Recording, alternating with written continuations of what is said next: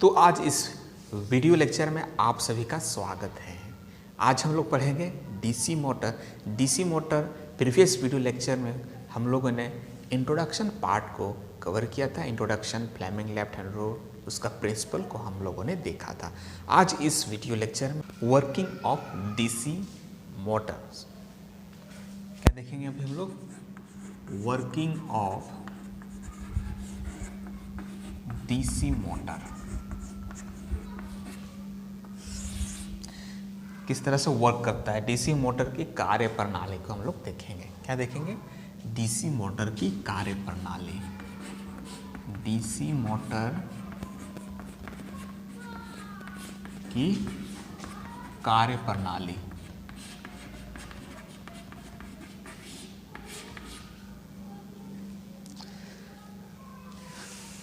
तो हम लोग सबसे पहले कंसिडर करते हैं उसका पोल्स।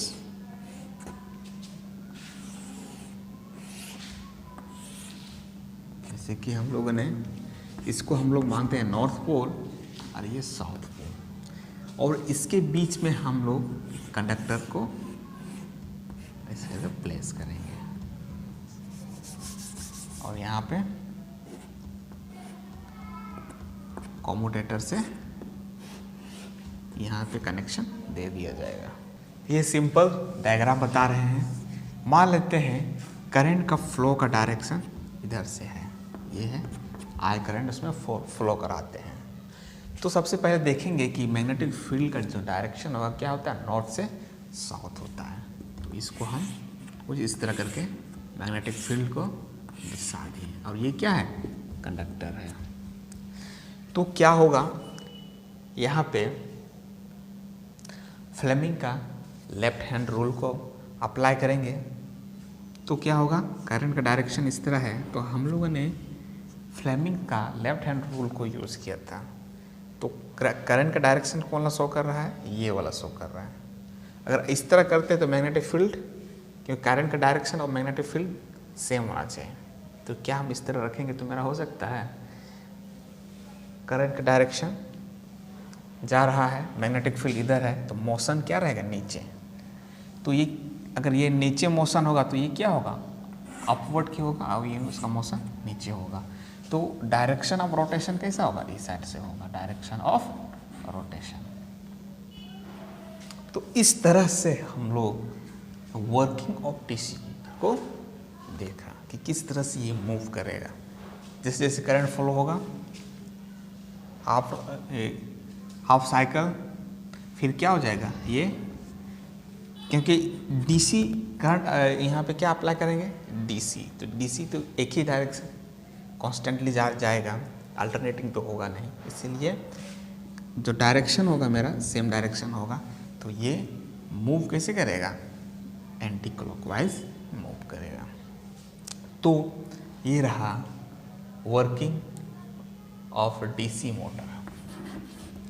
इसका डीसी मोटर का वर्किंग इस तरह से होता है। अब हम लोग नेक्स्ट देखेंगे डीसी मोटर की घूर्णन दिशा को अगर चेंज करना चाहेंगे तो मेरे पास क्या क्या प्रोसेस है, कि कौन कौन सा प्रोसेस से इसको हम लोग चेंज कर सकते हैं। तो अगर इसका डायरेक्शन को हम बदल देंगे, इधर कर देंगे, तो ये चेंज हो जाएगा। तो हम लोग क्या सप्लाई साइड में क्या करेंगे, हम लोग दिशा को बदलेंगे, किसका, करंट का डायरेक्शन का दिशा को बदल देंगे। तो क्या होगा, मेरा ये घूमना हो जाए, उल्टा घूमेगा, जस्ट इसका अपोजिट, मतलब टर्मिनल को चेंज कर देंगे, ये उल्टा घूमना शुरू हो जाएगा। और दूसरा मेथड क्या है, दूसरा मेथड है पोल को चेंज कर देंगे। पोल को चेंज करके इधर नॉर्थ साउथ है तो इसको क्या कर सकते हैं, नॉर्थ कर देंगे, इसको साउथ कर देंगे। अगर पोल को चेंज कर देंगे तो फिर क्या हो जाएगा, हमारा डायरेक्शन ऑफ रोटेशन भी चेंज हो जाएगा। तो दो मेथड हम लोगों ने देखा। इसमें हम लोग ना सप्लाई का टर्मिनल को हम इंटरचेंज कर दिए, और या तो पोल्स को हम इंटरचेंज कर दिए। तो चलिए क्या क्या देखा हम लोगों ने, bye changing the direction of magnetic field. पहला मेथड क्या है, यहाँ पर था, पहला मेथड क्या था, डायरेक्शन ऑफ रोटेशन को चेंज करने के लिए बाय चेंजिंग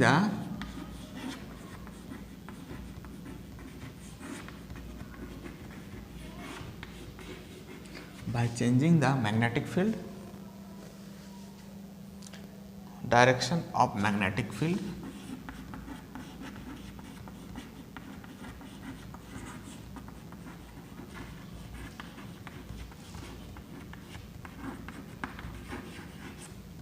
और दूसरा क्या है bye changing the it's terminal, bye changing the direction of electric current, bye changing the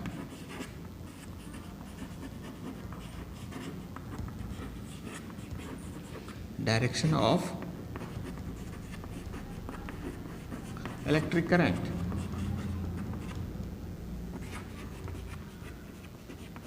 in armature. ये दो मेथड है जिससे हम लोग क्या करेंगे, इसका डायरेक्शन ऑफ रोटेशन को हम लोग चेंज कर सकते हैं। तो reversing the direction of rotation in DC motor, तो इसको हम लोग क्या बोलेंगे, reversing the direction of DC motor. क्या है, रिवर्सिंग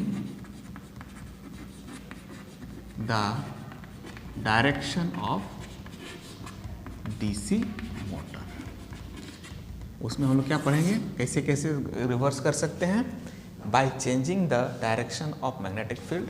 पोल्स को मैग्नेटिक फील्ड का इस मैग्नेटिक फील्ड को चेंज कर देंगे तो क्या हो जाएगा, मैग्नेटिक फील्ड भी चेंज हो जाएगा। तो कैसा होगा, नॉर्थ से इस डायरेक्शन में आ जाएगा, तो इस डायरेक्शन आएगा तो फ्लेमिंग का लेफ्ट हैंड रूल लगा देंगे तो ये क्या हो जाएगा, जस्ट ऑपोजिट घूमेगा।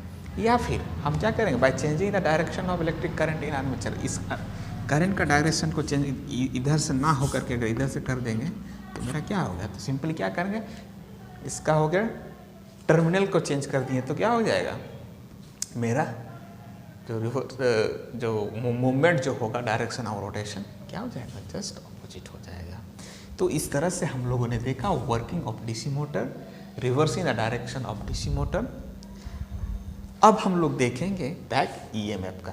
जिस प्रकार हम लोग जनरेटर में हम लोगों ने ईएमएफ को इंड्यूस किया था, उसमें हमने क्या किया था, ईजी लिखता था, ई जनरेटेड, जनरेटर का ईएमएफ डेवलप्ड। अब हम लोग क्या लिखेंगे, ई बी, बी से होता है बैक ईएमएफ। ये बैक ईएमएफ है क्या, तो हम लोग जैसे कि ये मैग्नेटिक फील्ड में इसको अप्लाई कर दिए, करंट को हम अप्लाई कर दिए तो क्या होगा, ये मूव करेगा।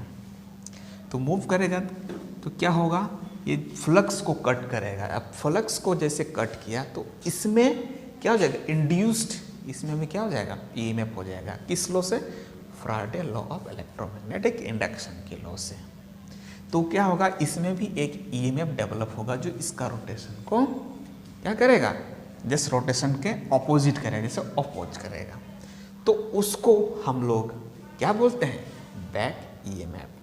कितना डेवलप होगा, जैसे कि जनरेटर में हम लोगों ने पढ़ा था इजी ई जनरेटेड, हम लोगों ने क्या पढ़ा था, P phi n z by 60 m।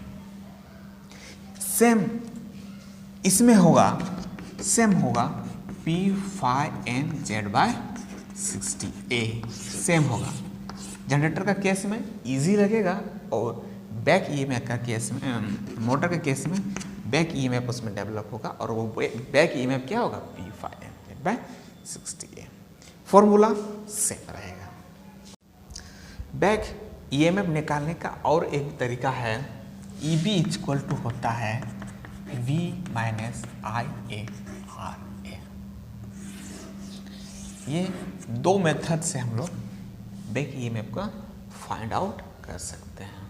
पहला तो था EB equal to P phi n z by 60 a और EB equal to V minus IA RA। ये दो कम्स आपको याद कर लेना है जिससे कि न्यूमेरिकल बनाने में आपको सहूलियत होगा। खासकर ये वाला थोड़ा ज़्यादा ध्यान देना, ये तो आप लोग का रिपीटेशन हो जा रहा है। इसको याद कीजिएगा तो ई जनरेट का भी पता चल जाएगा और बैक ईएमएफ का, इससे भी आपको बैक ईएमएफ का ये भी फॉर्मूला है। उसके बाद हम लोगों ने उसका डिस्कस किया था, पी क्या, पोल है, फ्लक्स है, क्या है, नंबर ऑफ रोटेशन, आरपीएम में, आर्मेचर 60 ए क्या है, ये पैरेलल पाथ है, जेड क्या है, नंबर ऑफ कंडक्टर, क्या है, जेड नंबर ऑफ कंडक्टर। तो इसको हम लोगों ने उन्हें प्रीवियस में ही पढ़ चुका था। यहाँ तक आई थिंक आपको क्लियर हो गया है।